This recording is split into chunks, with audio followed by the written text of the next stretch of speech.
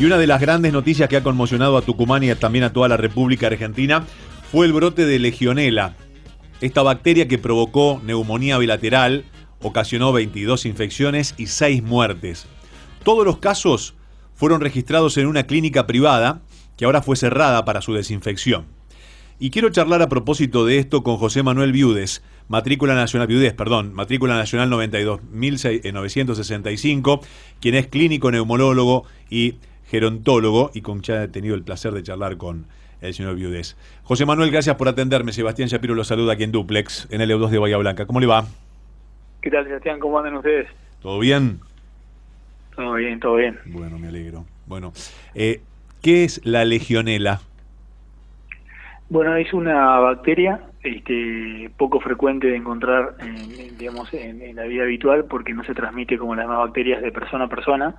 La mayoría se transmiten de persona a persona, y esta, con algunas otras excepciones, se transmiten por un fomite, que es un medio de contacto que transporta la bacteria, y en este caso sería el agua. Pero el agua tiene una particularidad.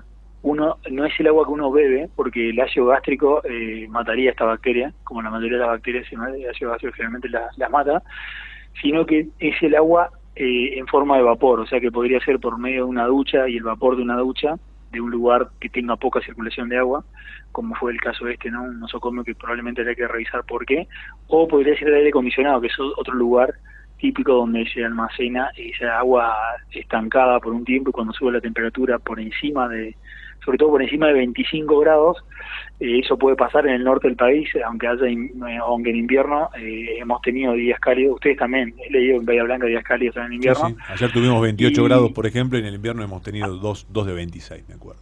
Ahí está. Bueno, en esos días esa bacteria se reproduce rápidamente, y uno prende el aire acondicionado, y un grupo de gente estuvo en contacto con el vapor del aire acondicionado y aspiró la bacteria, que al pasar por nariz al pulmón no se ozoniza como si fuera en el estómago, y produce la infección, que es grave porque el cuerpo no está preparado, no es un germen común, y grave también porque uno no piensa en esa bacteria, y entonces como comienza con un síntoma en específico, como cefalea, malestar general, parece una gripe, uno pierde un poco de tiempo ahí, un par de días, en promedio se pierden 5 días, hasta que de golpe hace una neumonía grave, o sea, inflama los dos pulmones, y ahí sí es por pus, no como el coronavirus, que era por autoanticuerpos, y produce una neumonía grave que puede llevar hasta el 30% de los pacientes al respirador y al 20% a la muerte.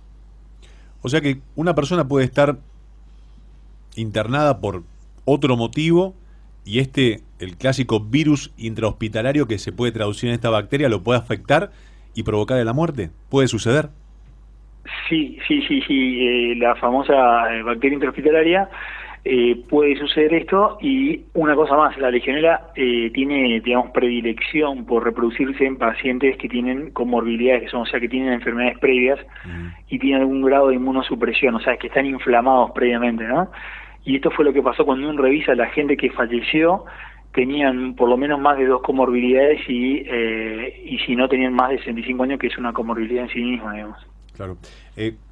¿Cuánto puede vivir la bacteria, ya que se aloja en un aire acondicionado o en este vapor, y dar reacción a una enfermedad de estas características?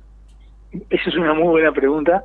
Lo que nosotros sabemos es ahora hay que comenzar con este nosocomio a esterilizar el agua, se recomienda 6 meses de cierre del lugar para asegurar que la ozonización ha sido correcta. Así que no hay un tiempo, porque depende el método de cultivo. O sea, cuando cultivamos estas bacterias en un método especial, que es en laboratorio, pueden vivir hasta un mes, pero no sabemos ahí cuánto tiempo pueden vivir, sobre todo por la reproducción que tiene.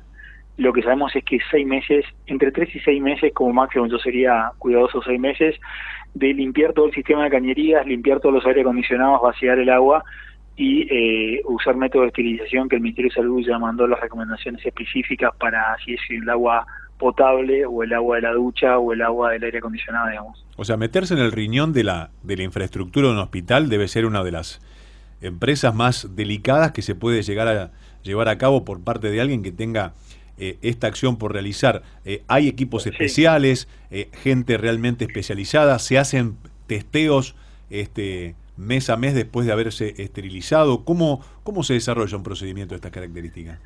Claro, y ahí es donde entra a jugar bromatología, que es no es un área de la medicina, pero sí un área de las ciencias médicas, y tienen que ir los especialistas en bromatología a revisar el agua, cultivar el agua de todos estos lugares y ver si en esos métodos cultivos crece la bacteria, y si crece todavía es un lugar que probablemente sea un foco, digamos, posible de contaminar. Así que es un trabajo arduo, pero digamos, lo bueno es hacer resiliencia de esto que nos pasó, y diría dos cosas que es una recomendación para todos los lugares del país, sobre todo en las provincias, ¿no?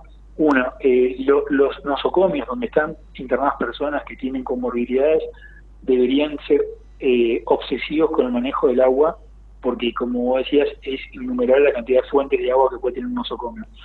Y dos, o sea, eso significa un chequeo que por ejemplo en los departamentos acá en Buenos Aires creo que lo hace una vez por año, vienen a mirar el agua. En un nosocomio debería ser una vez por semana, deberían chequear el agua y cultivar el agua a ver qué gérmenes se cultivan. Y dos, el diagnóstico de esta patología es relativamente sencillo, porque por medio de la orina de los pacientes al día 4 ya el antígeno es positivo, y eso creo que fue lo que pasó, digamos. Todas las provincias deberían tener por lo menos un lugar de derivación donde derivar la orina del paciente con diagnóstico posible de Legionela, y en 48 horas uno podría saber si el paciente 1 tenía legionelosis, y ahí comenzar con el tratamiento antibiótico, que es relativamente sencillo y son incluso por vía oral los antibióticos.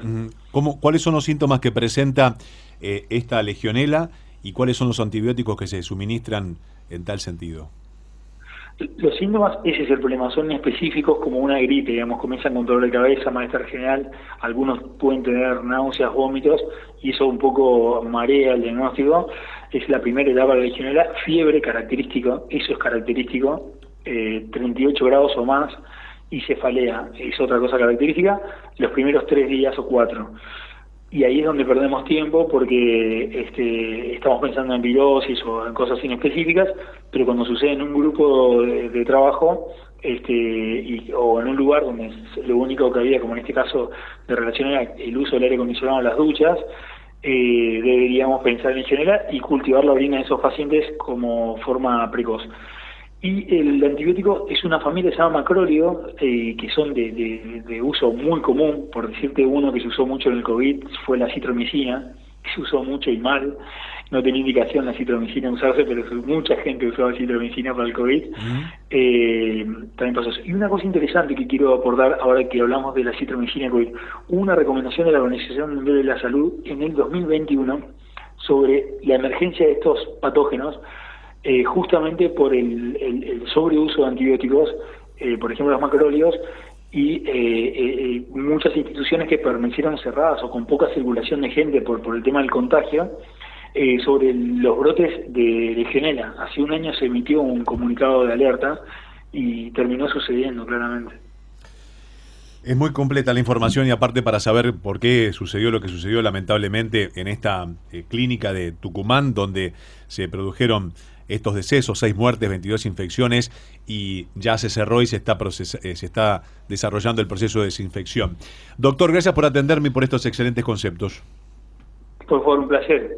Un abrazo muy grande. El doctor José Manuel Viudés, matrícula nacional 92.965, es médico clínico, neumólogo y también gerentólogo, hablando sobre la Legionela.